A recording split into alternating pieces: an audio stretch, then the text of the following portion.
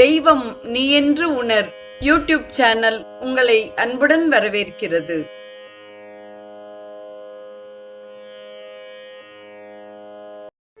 வாழிய செந்தமிழ் அன்பு நிறை உள்ளங்களுக்கு அன்பார்ந்த வணக்கங்கள்.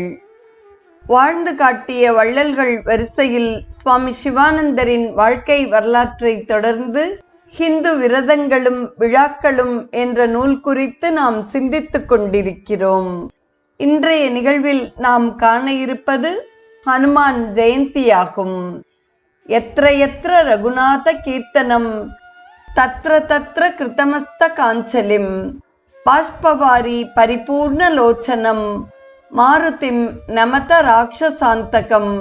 இதன் பொருளாவது, தலைக்கு மேல் கூப்பிய கரங்களுடன் தாரை தாரையாய் கண்ணீர் பெருகும் கண்களுடன் ஸ்ரீராமனின் புகழ் பாடப்படும் இடங்களில் நிற்கும் ஸ்ரீ ஹனுமானாகிய மாருதியை நாங்கள் வணங்குகிறோம் என்பதாகும்.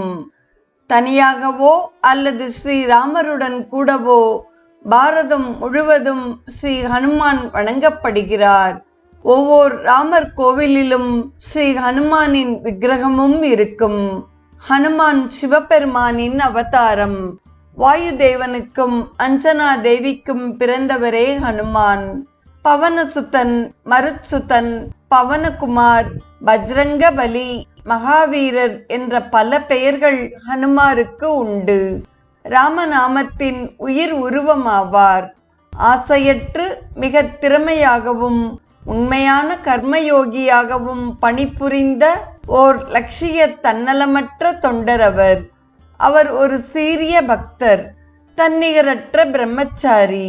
எந்தவித பிரதிபலனையும் கருதாமல் தூய அன்புடனும் பக்தியுடனும் அவர் ஸ்ரீராமனுக்கு தொண்டு செய்தார். ராமனுக்கு பணிவிடை செய்வதற்காகவே அவர் வாழ்ந்தார். அவர் அடக்கம், தைரியம் மற்றும் அறிவு கூர்மையுடன் திகழ்ந்தார். எல்லா தெய்வீக குணங்களும் அவரிடம் இருந்தன. ராமநாமத்தை உச்சரித்து கொண்டு கடலை கடத்தல், லங்காபுரியை எரித்தல், சஞ்சீவினி மூலிகையை கொணர்ந்து லக்ஷ்மணனை உயிர்ப்பித்தல் போன்ற பிறரால் செய்ய முடியாத செயல்களை அவர் செய்தார். அகிராவணனை பாதாள லோகத்தில் சம்ஹாரம் செய்து ராம லக்ஷ்மணர்களை அவர் மீட்டு வந்தார். பக்தி, ஆற்றல், அறிவு, தன்னலமற்ற தொண்டு, பிரம்மச்சரிய சக்தி மற்றும் அவாவின்மை அவரிடம் இருந்தன. தமது அறிவையும் ஆற்றலையும் குறித்து அவர் ஒருபொழுதும் தற்பெருமை பாராட்டியதே இல்லை. நான் ஸ்ரீராமனின் ஒரு சாதாரண தூதன். ஸ்ரீராமனின் பணியை செய்வதற்காகவே நான் இங்கே வந்துள்ளேன். ஸ்ரீராமனின் ஆணைப்படி நான் இங்கே வந்திருக்கிறேன். ஸ்ரீராமனின் கிருபையால் எனக்கு அச்சமே கிடையாது. எனக்கு மரண பயம் கிடையாது. நான் ஸ்ரீராமனுக்கு தொண்டு செய்கையில் மரணமடைய நேர்ந்தால் அதை வரவேற்கிறேன் என்று ராவணனிடம் அவர் கூறினார். ஹனுமானிடம் உள்ள பணிவை பாருங்கள். ஸ்ரீராமரிடம் அவர் எவ்வளவு பணிவு கொண்டிருந்தார். நான் தான் ஆற்றல் மிக்க அனுமான், என்னால் எதையும் செய்ய முடியும் என்று அவர் ஒருபோதும் கூறியதே கிடையாது. வீரனே, நான் உனக்கு மிகவும் பெரிதும் கடமைப்பட்டவன். நீ எதையுமே எதிர்பார்த்தது கிடையாது. சுக்ரீவனுக்கு திரும்ப அவனது ராஜ்யம் கிட்டியது. அங்கதன் ராஜகுமாரனாக முடிசூட்டப்பட்டான்.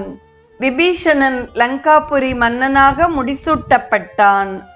ஆனால் நீயோ எந்த வேளையிலும் எதையும் என்னிடம் கேட்டதே இல்லை.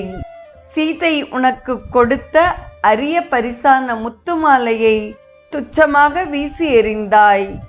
உனது கடனை நான் எப்படி திரும்பச் செலுத்துவேன்? நான் எப்பொழுதும் உனக்கு கடன்பட்டவனாக இருப்பேன். நீ சிரஞ்சீவியாக வாழ்வாய் என்று உன்னை நான் ஆசீர்வதிக்கிறேன். என்னை போன்றே உன்னையும் எல்லோரும் போற்றி வணங்குவர். எனது கோவிலின் வாசலில் உனது மூர்த்தி வைக்கப்பட்டு முதலில் வணங்கப்பட்டு வழிபடட்டும். எனது புகழ் பேசப்படும் இடத்திலெல்லாம் அதற்கு முன்னர் உனது புகழ் பாடப்படட்டும். என்னால் செய்ய முடியாததை கூட உன்னால் செய்ய முடியும் என்று ஸ்ரீ ராமபிரானே ஹனுமானிடம் கூறினார். லங்கையில் சீதையை சந்தித்துவிட்டு திரும்பிய ஹனுமானிடம் ஸ்ரீராமர் இவ்வாறு தெரிவித்தார். அதை கேட்ட ஹனுமான் சிறிதும் கர்வமடையவில்லை. ஸ்ரீராமரின் கமல பாதங்களில் அவர் பணிவுடன் வீழ்ந்தார். வீராதி வீரனே, கடலை நீ எப்படி தாண்டினாய் என்று ஸ்ரீராமபிரான் அவரை கேட்டார். ஹனுமான் மிகவும் அடக்கமாக, எம்பெருமானே, எல்லாம் உமது நாம மகிமையால் என்று பதில் சொன்னார். என்னே ஹனுமனின் பணிவு. தங்களது தொண்டிற்கு கைமாறாக நிறைய செல்வத்தை விரும்பும் பலர் உண்டு. சிலர் பணத்தை விரும்ப மாட்டார்கள். ஆனால் பெயரையும் புகழையும் அவர்களால் விட்டுவிட இயலாது. மற்றும் சிலருக்கு வேறு எதுவும் வேண்டாம். ஆனால் தங்கள் செயலை தாங்களே புகழ்ந்து பேசிக்கொண்டிருப்பர். ஹனுமார் இத்தனைக்கும் அப்பாற்பட்டவர்.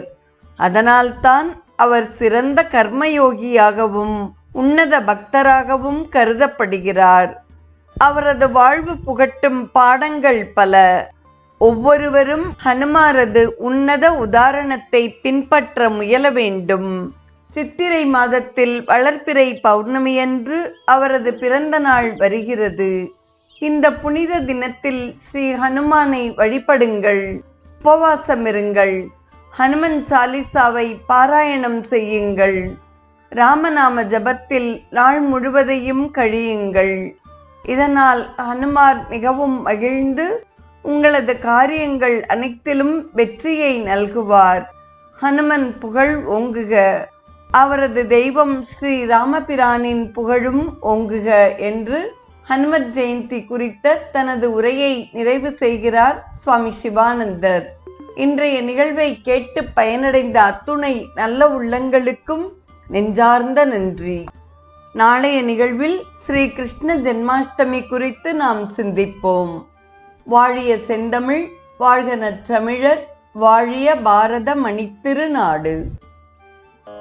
தெய்வம் நீ என்று உணர் யூடியூப் சேனலை கேட்டு மகிழ்ந்த நீங்கள் உங்கள் நட்பு வட்டத்திற்கும் பகிர்ந்து தொடர்ந்து உங்களது நல்ல ஆதரவினை சப்ஸ்கிரைப் செய்து வழங்குமாறு அன்புடன் வேண்டுவது உங்கள் அன்பின் விசாலம்.